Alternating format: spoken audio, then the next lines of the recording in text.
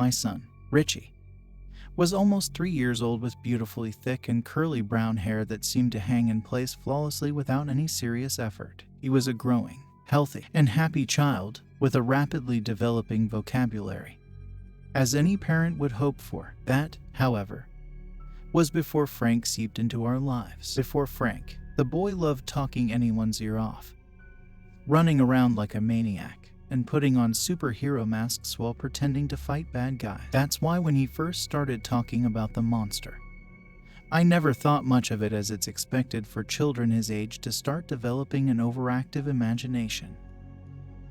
"Daddy, do you see the monster?" Richie said for what must be the 7th time in the past couple weeks. "Yeah, buddy," I replied, with that encouraging, yet slightly sarcastic voice that parents make when talking to young children. "I can see him. What's his name, Daddy?" Frank," I told him, lazily spouting out the first generic name that popped into my mind. Richie then rambled off to the next subject, and talked about something like Spider-Man or Ninja Turtles beating up bad guys. You know, typical little boy stuff. The Frank sightings seemed to escalate from there. Richie would ask me or his mother if we could see Frank over there standing in the corner, or mentioned that Frank was in his room last night. It was at this point that I started to feel a bit of concern. It didn't seem to be a huge deal, but it was starting to get a bit, well, off-putting. Frank was never playing. He was just there. I decided to ask Richie some questions about what I believed to be his imaginary friend he called Frank. That opportunity arose one day as I picked him up from daycare, and we were driving home. He had mentioned that Frank was at the sandbox that day. "Is Frank your friend?" I asked him. "No," he responded. "Frank is a monster." "A monster?" "Yeah, Frank is a monster. He's a nice monster though. He looks funny." Deciding to dig a little deeper, I asked, "Does Frank play?" "No." "Well then, what does he do?" "Frank watches us." He said it with a matter-of-fact demeanor that left me even more unsure of this weird situation. I'm a young first-time parent in my mid-20s, and I had no idea how to handle the imaginary friend situation. Should a parent play along, or be more realistic? I really didn't want to hinder the development of his imagination, but I also wasn't sure how far I felt comfortable with this going. "Sometimes he talks," Richie continued after a short pause. "At night when everyone is asleep." "Oh great. He's dreaming about Frank too." "Well, what does Frank like to talk about?" "He said we shouldn't move to a new house." "What did he just say?" That last shocking sentence made me feel unsettled at best. We were getting ready to put our townhouse on the market, as we were ready to upgrade to a larger home. The weird thing is, my wife and I hadn't spoken to our son about this. We were waiting to tell him until we had found the house that we would purchase, to make the situation easier for a toddler to grasp. Feeling creeped out and somewhat awkward, I immediately changed the subject by asking Richie if he wanted a cookie. It may be a cheap trick, but any child will immediately forget about anything of the moment you bring up the possibility of a cookie. Although the subject had been changed, my mind began to wonder, was my son speaking with some sort of ghost? I believed that ghosts might exist, but had never seen any sort of significant proof. How did he know that we were moving? Later that night, after Richie was in bed, I explained to my wife the conversation that had taken place in the car. She, however, seemed unfazed and somewhat skeptical. She blew it off by saying, "Oh, I'm sure he just overheard us. That kid never goes to bed and is more attentive than you think." I suddenly realized how insane I must have sounded to think that some sort of ghost was speaking with our child. It almost seemed funny to look back and realize that I was actually worried. Perhaps my belief in the paranormal had caused me to jump to conclusions too easily without any real rationality. I was a first-time parent after all, with almost no previous experience dealing with small developing children. I reminded myself to calm down and stay rational. Things carried along, business as usual. For the next several weeks, Richie's mentions of Frank varied from 1 to 3 times a day. I simply played along with the boy and his stories of his imaginary friend. We packed our things and moved to our new house, which came with a wonderful swing set for which Richie was ecstatic. In this house, I felt certain that it could be our forever home. I believed that we would be happy here. It had been 3 weeks since we had moved in, and we had just celebrated Richie's 3rd birthday. The boy was flourishing, increasing his outstanding vocabulary and easily identifying all of his shapes and colors. He could even count to 50 now. The best thing was, I hadn't heard the name, Frank, mentioned since we moved it. Not once, that is. Until a mid-Saturday morning in the early onset of fall, the leaves were starting to rest on our new backyard lawn. And I once again found myself pushing Richie on his swing set, back and forth, with the rhythmic squeak of the swing set. This is when everything took a turn for the worst. "Daddy, look," Richie exclaimed. "There's Frank. He's here now." Richie pointed to the far back corner of the yard, right next to the shed. As I turned my head to look, I thought I actually saw something that appeared to be a large silhouette. Before I had time to fully comprehend what I had seen, I heard the thud of Richie hitting the ground, followed by the cries of pain. A few hours later, the doctor entered the room with the x-rays in hand, confirming his suspicions of a broken arm. Luckily, it was one clean break. No setting of the bones would be needed, although my son was going to be okay. I was livid with myself for allowing this to happen. How could I have been so stupid as to look away from my child while he was on the swing set? Right after he let go of the chain to point at his imaginary friend. This whole situation could have been avoided had I not been so superstitious about this damned imaginary friend. But wait, I had seen something, hadn't I? It was only for a split second, but it was there. A tall, large shadow of a man with deformed head. Ugh. My eyes must really have been playing tricks on me. I brushed it off and eventually managed to fall asleep, pushing the parental guilt off to deal with the following day. Sleep proved to be just as unsettling as the day's events had been. My dreams brought me memories of the recent past, the swing set, Richie playing in our old house, having family over for holiday celebrations. Even the day we brought baby Richie home for the first time, except that hideous monstrous silhouette was there.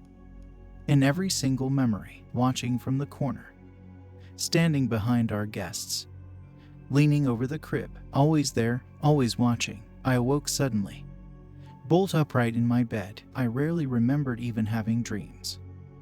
But this dream was so vivid, so clear, that every detail now haunted my thoughts. Needless to say, falling back asleep was not an option. I had to go do something to set my mind at ease. Disturbed, I went over to check on my little Richie, who was supposed to be asleep, partially to comfort myself from that horrendous nightmare. To my surprise, I found the boy wide awake. When he saw me peeking through the doorway, he asked, "Daddy, where is hell?" "What?" I asked in disbelief, sure that I must have misheard. "Hell," he said, "where is hell?" I was not prepared to answer these kinds of questions to my child yet. He was so young. I myself have never really been sure what I believe about this heaven and hell stuff, having never been religious, but I gave him the best simple explanation I could muster. "Well, bud, nobody really knows where hell is. But some people believe that hell is a place where bad people go after they die. So was your daddy a bad guy?" "Excuse me."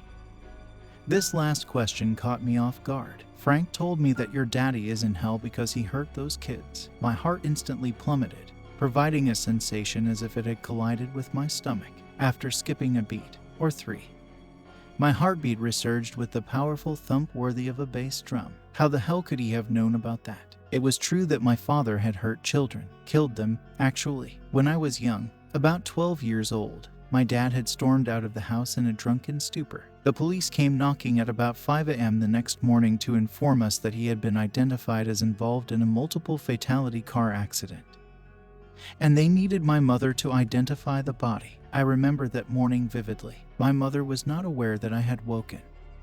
As I hid around the corner listening to the police tell my mother of my father's demise. Needless to say, it was him. As details emerged, it became apparent that my father had drunkenly caused a car accident, slamming into a family's minivan as they were coming home from a fishing trip. My father, along with the two children in the backseat of the other car, were killed instantly. As much as my mother tried to shield me of the events, it was all over the news. I was 12 after all, and I knew how to use the internet. It didn't take long for me to know what my dad had done. That being said, There is absolutely no way that my son would have known this story. My mother remarried years before Richie was born. My stepfather is the only person my son has ever known as Grandpa.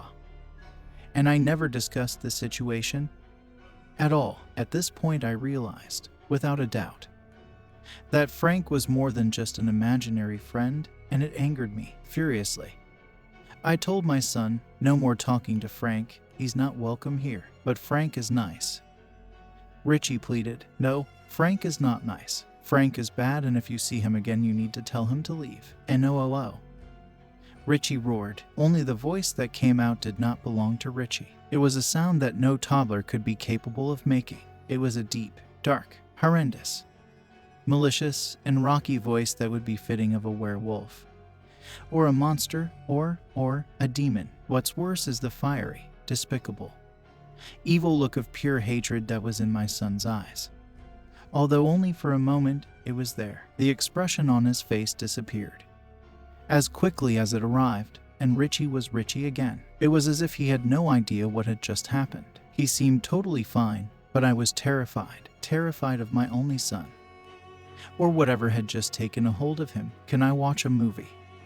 he asked, completely unfazed by the event. It was as if he didn't even realize what had happened.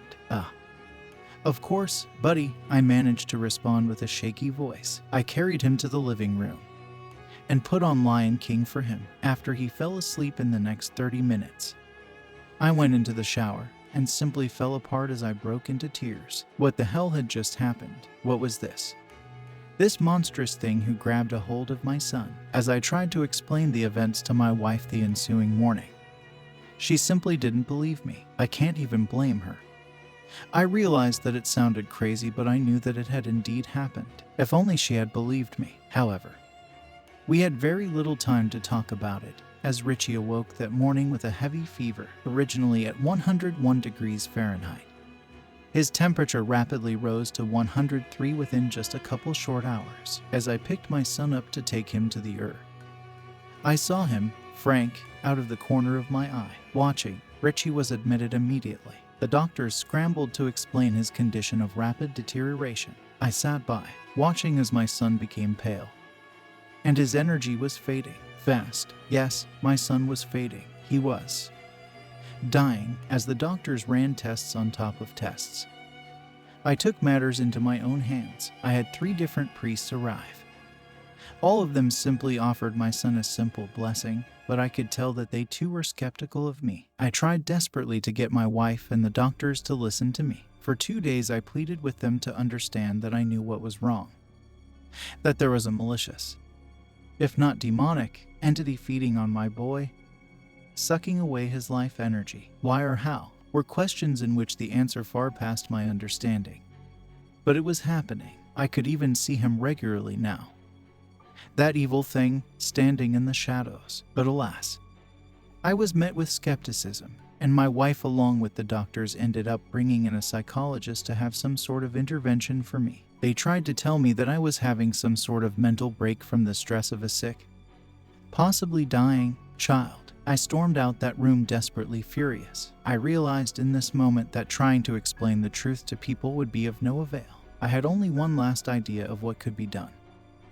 What had to be done to save my Richie? I stayed awake in the hospital room that night. It had been almost 3 days now since we arrived at the hospital. Richie has been moved to the ICU, with the doctors still baffled. All their tests had only shown what wasn't wrong with Richie. They didn't understand, but I knew. I knew what was wrong with my son. I sat there, waiting for the demon called Frank to appear. I stayed awake until about 2 a.m.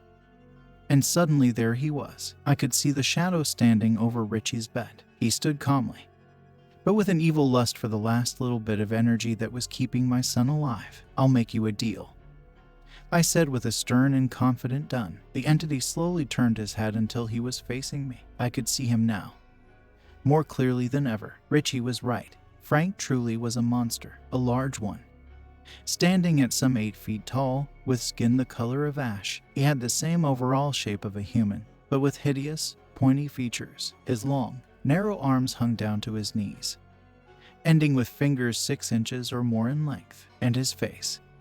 His ungodly face was the most hideous of all. Frank had no mouth in his ashen, peeling face. That's when I noticed his eyes. His eyes were the most terrorizing feature about him. There was no white in his eyes, just darkness. A darkness darker than any black color that one can comprehend. I'll make you a deal, I said again, forcing myself to stay steady in the presence of this creature. Leave the boy alone, forever, and you can have me. The demon tilted his head as if perplexed, contemplating my offer. After a minute that seemed like hours, he straightened up and spoke, not with his mouth, as he didn't have one. No, he put the sound directly into my skull, in that deep, evil voice that had previously come from my son just the other night. It's a deal.